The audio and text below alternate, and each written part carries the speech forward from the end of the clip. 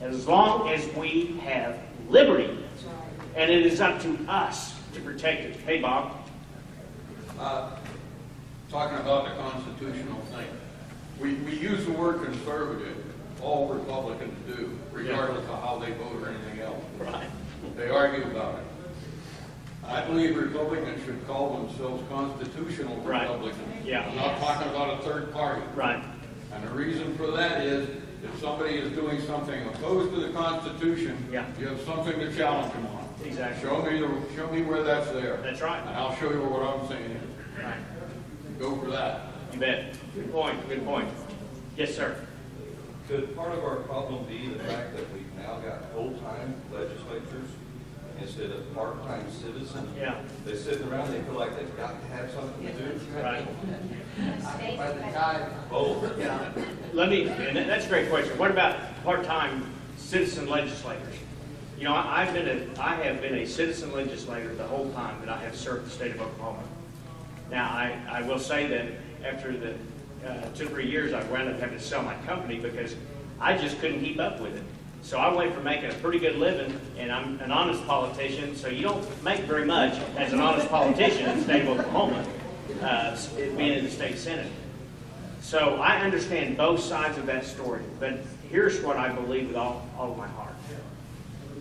If we would elect people to service, forget about re-election, service based on their constitutional authority, just service. You're talking about states. Yeah, there you go. But that's not what we have today. It is about the next re-election. I'll tell you, my next re-election has never been in focus for me whenever I cast a vote. There's only one reason I cast votes. It is because it is the right vote as I understand that piece of legislation. Doesn't matter. It doesn't matter if everyone else is doing this. Matter of fact, one of our brilliant legal minds recently stated that one honest voice can be louder than the crowd. Everybody may be doing this, going this way, going this way. It just takes one honest voice can be louder than the crowd. That was Reese Witherspoon in Legally Blonde 2, by the way. I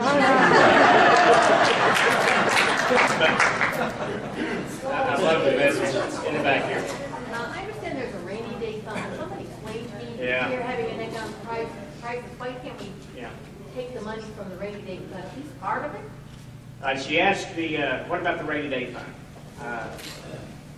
Why can't we spend it? We have a budget shortfall, right? You guys heard about that? Let me explain to you for a second why we have a, quote, budget shortfall that is a crisis. It's not a crisis. It's a problem. And it is a problem that the politicians created by overspending for the last decade.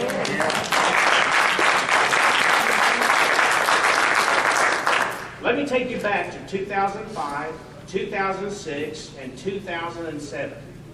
That 3-year period of time, those 3 budget years, state government spending increased 4 times faster than what the private sector grew.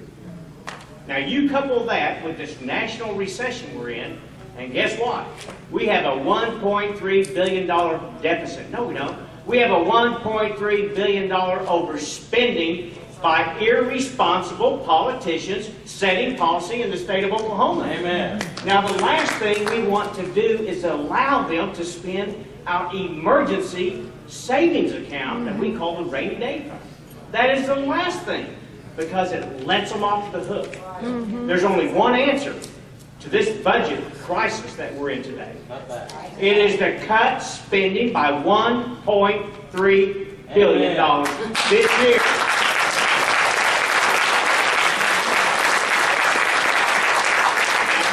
Guess what? That's not going to happen this year. We're not going to cut spending $1.3 billion. Let me give you a preview of next month and the next 4 months that we're going to be agonizing over the budget. We're going to take $600 million from the rainy day fund where constitutionally we can only take 3/8 and then 5/8 of the next part during a budget shortfall.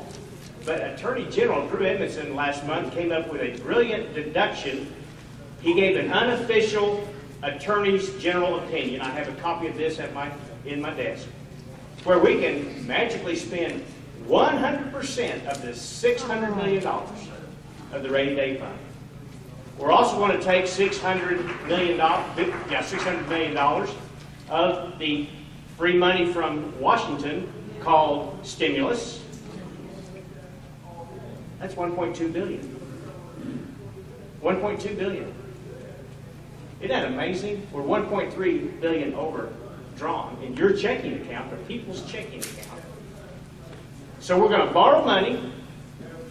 We are going to tap out the rainy day fund, the emergency 401 savings account for the citizens, and we're going to cut just a little bit of the budget. It is going to be a shameful year when it comes to budget time. And you're going to hear me hollering all the way from Owasso back and forth to the Capitol, because I am not going to stand for it, but that's exactly where we're headed right now. Way back and back. And so how are we going to stop that? You're going to stop it by calling your representative. You call your state senator and say, don't you dare spend any of that rainy day money. Right. Folks, can you imagine? People around this country and right here in the state of Oklahoma are getting laid off right and left. 36,000 jobs have fled the state of Oklahoma in the last 18 months. Yet, yeah, we're recession-proof. Yet government jobs have increased by 8,600. It's upside down. We've got to stop that nonsense. I saw a hand. No, right here. You've been, yeah, first. Yeah. Yes, Randy. Can our new governor rescind some of these lousy laws that are unconstitutional? Can we just do away with them and make them go away? I would. Yeah, I started saying the governor does have some authority with the executive order, and this governor has taken advantage of that. And if I'm honored to be your governor, I'll take advantage of that and rescind all that nonsense. You bet.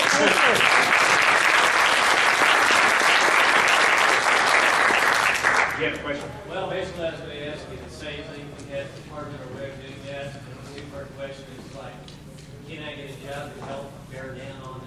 Yeah. You know, here's what's the state of Oklahoma. We actually have a governor that is a weak position. And when you have a weak governor in a weak position, we're really in trouble. Yeah. So it would help to have a strong governor that gives a hoot, that understands the problems, and more importantly, understands how to solve those problems. We have not solved any problems in the last 7 years. We have created, and borrowed. Let me take you back, I don't know, 2001 or maybe 1999.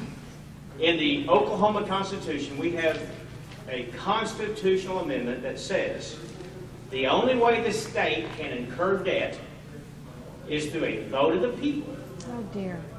Like, the legislature cannot issue bonds. Okay? Now think hard. How many of y'all have voted for a bond issue in the last decade? None of you. None.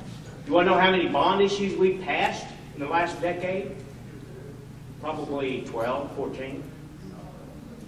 Because the state Supreme Court made a decision out of the courts that said, well, we can issue moral obligation bonds. That's not in our Oklahoma Constitution. They just made it up.